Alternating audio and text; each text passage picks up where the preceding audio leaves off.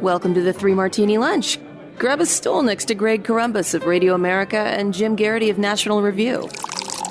Three Martinis coming up. So glad you're with us for the Thursday edition of the Three Martini Lunch. A lot to talk about today. We're going to talk a lot about this horrific double murder in the nation's capital last night. We'll get into a lot of the details about that. We'll talk about kind of a fun thing that happened to the North Koreans. And if it's fun for us, it's not very fun for them. And we'll also talk about the latest spin job from the Democrats as it relates to all the revelations about Joe Biden. But Jim, before we get into all of that, a real quick update.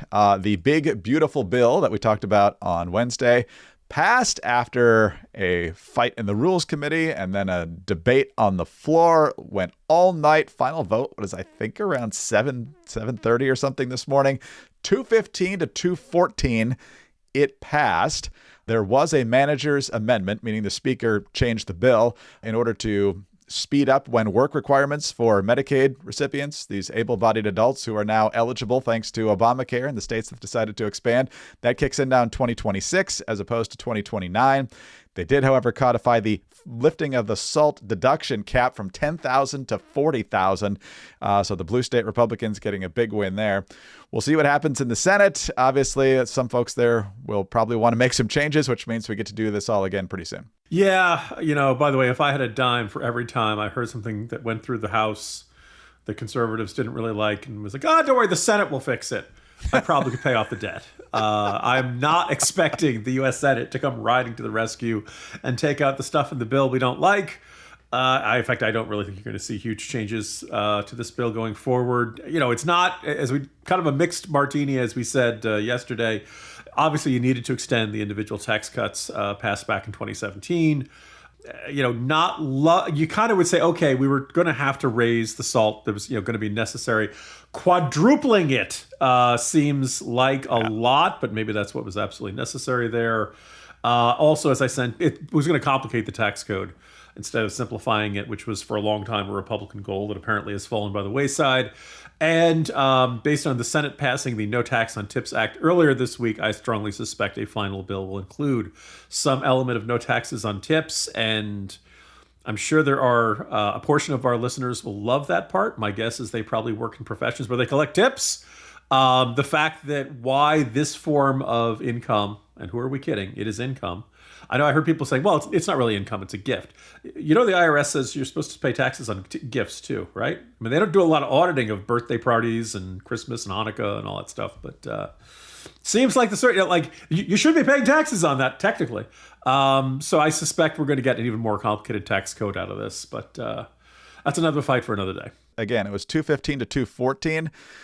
That's 429 total votes. There were 432 people in the chamber last night. So 3 Republicans are not logged in that tally.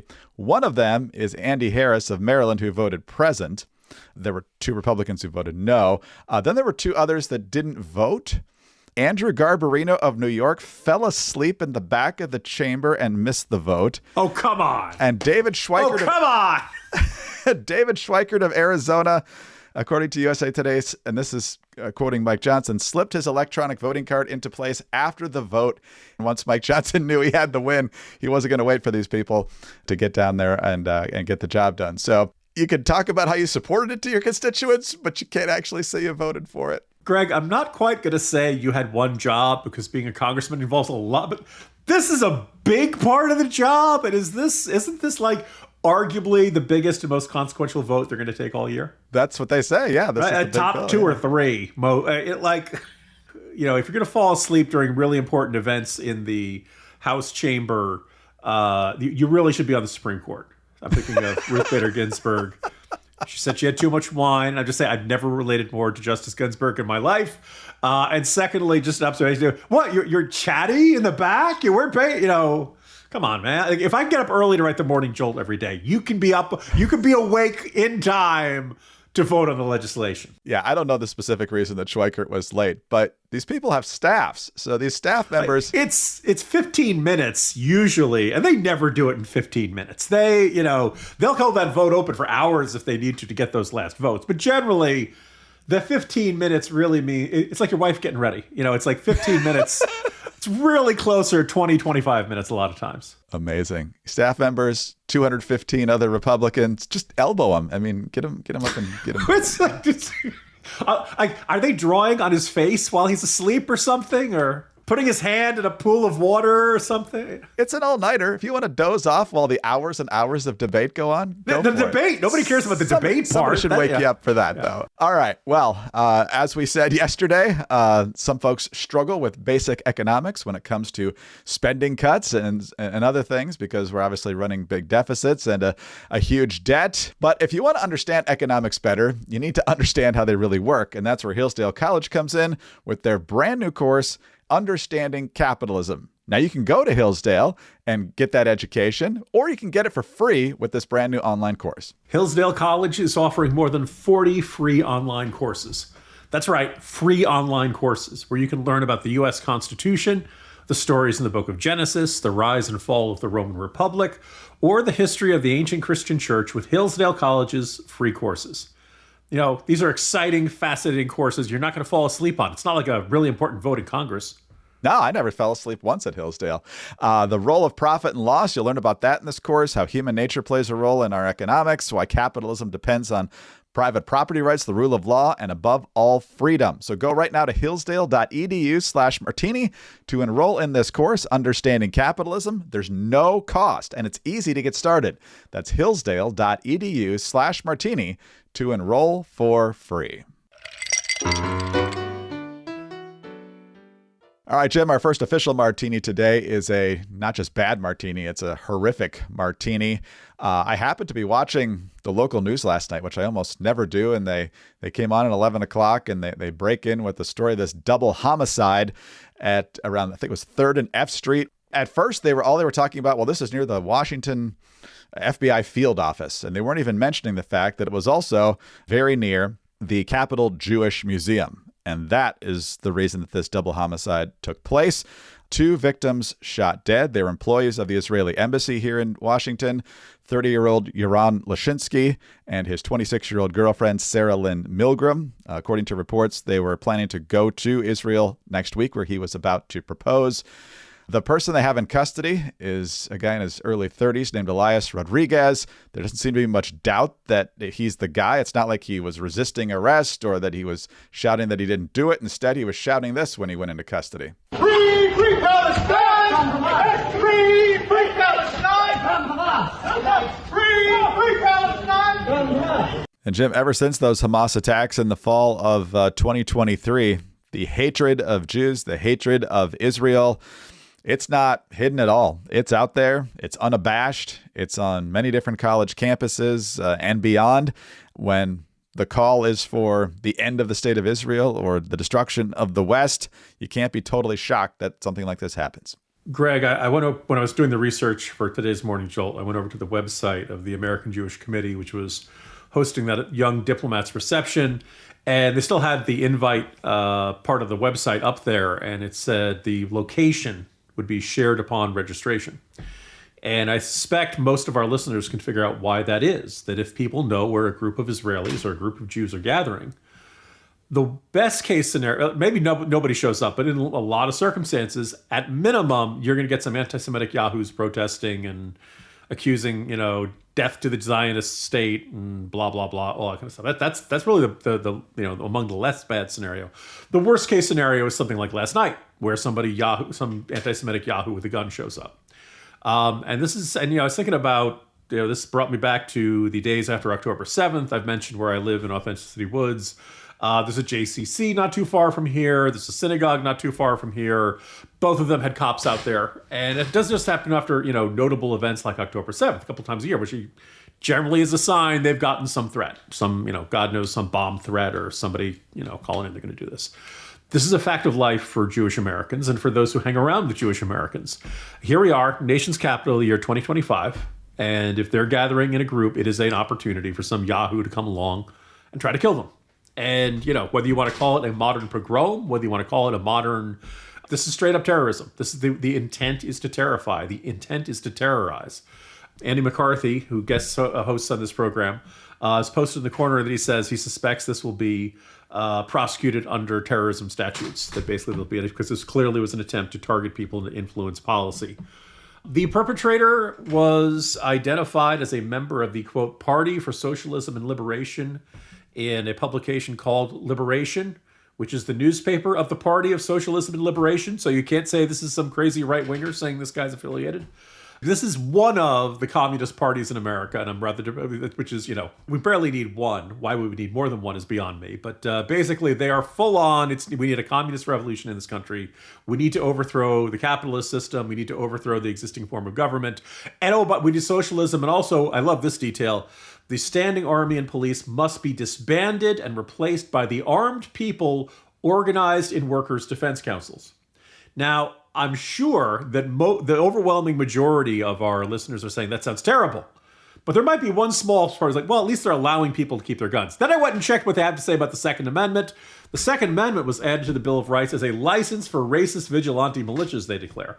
And they say that the role model for gun ownership in society is Cuba, where guns have not disappeared, but those guns are stored safely in each of the community, and local organizations, committees for the defense of the revolution, stand ready to distribute them as necessary. So don't worry. The government will decide whether or not you need a gun to protect yourselves. Now, if you lived in the District of Columbia for a long time, you're like, yeah, it's normal. Until the Heller decision. That's not the way it's supposed to work. You're supposed to have a gun unless there's some good reason for you not to have it. Working the other way around. Or at least have the right to obtain a firearm. But anyway, Rodriguez is quoted in this article, identified as a member. Now, shockingly, the Party for Socialism and Liberation is really offended that people are associating him with this nut job who went around shooting Jews. And he says, look, it has nothing to do with us. And of course, they took down that article. Communists, of course, really love to alter history. Stalin and the disappearing pictures and stuff like that. They barely knew the guy, they says. They have no idea how he'd possibly get the idea that gunning down Jews is a good idea. Of course, their organization has been denouncing Israel and claiming it's committing a terrible genocide the entire time. So, hey, we didn't mean, when we said globalize the Intifada, we didn't mean shoot anybody. Good heavens, that would be crazy. That's also a deliberate misunderstanding of what the Intifada is. It's really horrifying. It is really infuriating. This is happening in Washington. This is happening in America. I am sure every Jew out there feels like they got a target on their back. And they'll be protesting. They'll be standing up for themselves. But there's a part of me that says they shouldn't have to. We Gentiles should be here to say, look, this is America. You don't get to do that program crap that we left in the old country. This is a country where everybody gets to live here. Everybody gets to be free. You yahoos don't get to bring your ancient hatreds with you. So I suspect this guy will be fully prosecuted. It'll be interesting to see if anybody comes out and tries to justify it or explain it away or excuse it.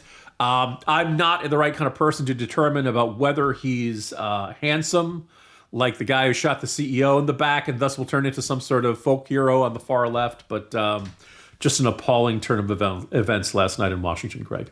Yeah, really, really disgusting. And there's no excuse for it. And there'll be excuse making is what's going to happen here. They'll say, well, of course he shouldn't have done this, but consider what's happening here and the issues that he's advocating. He just took it too far or something like that, which is utterly ridiculous. So anyway, the media will find a way to change the subject on this pretty fast, I guess. Well, today's podcast is sponsored by BetterHelp, and whether you're struggling with stress or anxiety or any other of a myriad things going on in your very busy and probably complicated life, personal, professional, maybe it's time to get a little bit of extra help. And you might still be reticent to do it. There's the cost factor, but there's also, well, I don't want anybody to know that I'm seeking professional help. And 26% of Americans who participated in a recent survey say they've actually avoided seeking mental health support due to fear of judgment. Well, if you actually need the help, go ahead and get it. And that's where BetterHelp can come in. BetterHelp has more than 10 years of experience matching people with the right therapist from their diverse network of more than 30,000 licensed therapists with a wide range of specialties. BetterHelp is fully online, which helps make therapy affordable and convenient. And they've served more than 5 million people worldwide. Remember, you can easily switch therapists anytime at no extra cost. We are all better with help. Visit BetterHelp.com/3ML to get 10% off your first month. That's BetterHelp, HELP.com/3ML. All right, on to our good martini, and hats off to Jim for flagging this. I was completely unaware of this story. It comes to us from CNN, and it's an embarrassing day for North Korea, which is always entertaining. North Korea's newest warship was severely damaged, CNN reports, during a launch ceremony Wednesday, with leader Kim Jong-un, who witnessed the accident, saying it brought shame to the nation's prestige and vowing to punish those found responsible, according to state media. In a rare admission of failure, the official Korean Central News Agency said a malfunction in the launch mechanism caused the stern of the as-yet unnamed 5,000-ton destroyer to slide prematurely into the water, crushing parts of the hull and leaving the bow stranded on the shipway. Kim called the launch failure a criminal act and blamed it on absolute carelessness and irresponsibility by multiple state institutions, including the Munitions Industry Department. According to South Korean military analysis, the vessel is lying on its side in the water.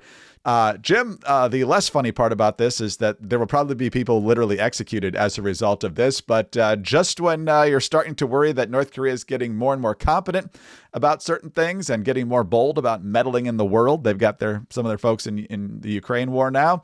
Stuff like this happens, and we'll see if Trump can restrain from saying something about it on social media. Well, I was going to say, Greg, first of all, over at CNN, they have a satellite image that was taken apparently May 18th, just days before it's damaged in this serious accident.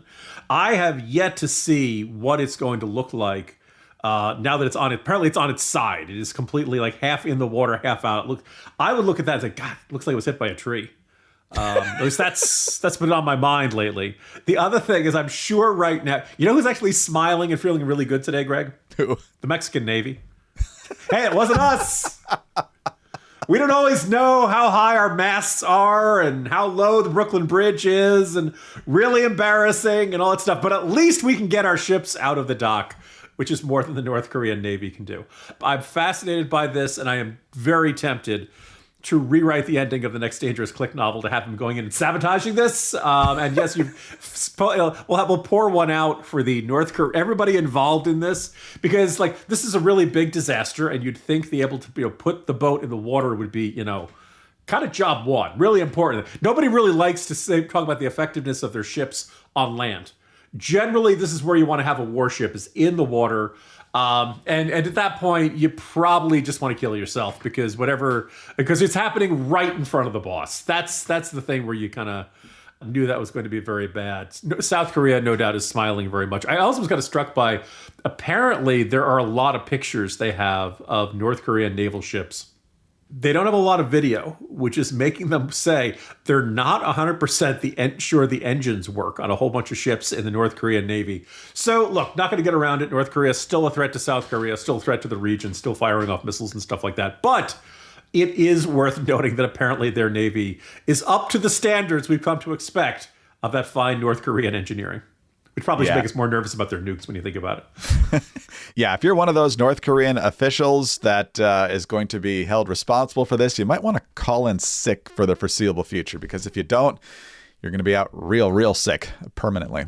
All right. Well, while the North Koreans deal with that massive PR failure, let's talk about something that is going to make you look great. And that is the fantastic products you get from Fast Growing Trees. Did you know Fast Growing Trees is the biggest online nursery in the United States with thousands of different plants and more than 2 million happy customers? That includes the Corumbus family. We love all the plants we've gotten from them, including our snake plant, which looks fantastic, already making a big difference in brightening up the home. Plus, they've got easy online ordering, they've got expert support, landscaping advice, and of course, their Alive and Thrive guarantee, where you are guaranteed satisfied with what you order. Fast Growing Trees has in-house experts ready to help you make the right selection with plant experts on call to offer growing and care advice. So let's say, like, if there was wood rot at the base of a large tree right next door, then you guys could have called Fast Growing Trees and gotten it taken care of. Just saying. You can talk to a plant expert about your soil type, landscape design, how to take care of your plants and trees, and anything else you need. No green thumb required. This spring, get up to 50% off select plants at fastgrowingtrees.com/martini. Plus, use the code martini at checkout for an extra 15% off your first purchase. Visit fastgrowingtrees.com/martini and use the code martini. Now is the perfect time to plant, but the offer's valid for a limited time. Terms do apply. fastgrowingtrees.com/martini. All right, Jim. The Biden scandal is kind of living in the crazy martini lately, and we've got yet another installment of that. Chris Coons is a senator from Delaware. Like most Democrats who rise pretty high in the state of Delaware, he has ties to Joe Biden going pretty far back. In fact, he was an intern for Senator Joe Biden at one time. He was also one of the most ardent defenders of Joe Biden throughout the time that Biden was still in the campaign in 2024, even after the debate. As long as Joe Biden was publicly saying he's still in, Chris Coons was there all the way. So yesterday, Chris Coons is on special report, Fox News, Bret Baier. And so with all the revelations coming out, Bret Baier plays a couple of clips from Coons back right after the debate and then asks Coons whether he regrets or wishes he had said something differently back then. Listen to Coons' response. And over much of the arc of that 90-minute debate, was someone having a difficult night or someone who is no longer up to the job? He wouldn't be running if he weren't confident he's up for the job. Obviously, you dropped out shortly after that. Senator Coons, do you regret some of those characterizations that you made in those times? Brett, I was surprised by what I saw the night of the debate. I hadn't had a previous experience like that with President Biden. Ultimately, several weeks later, he decided to drop out.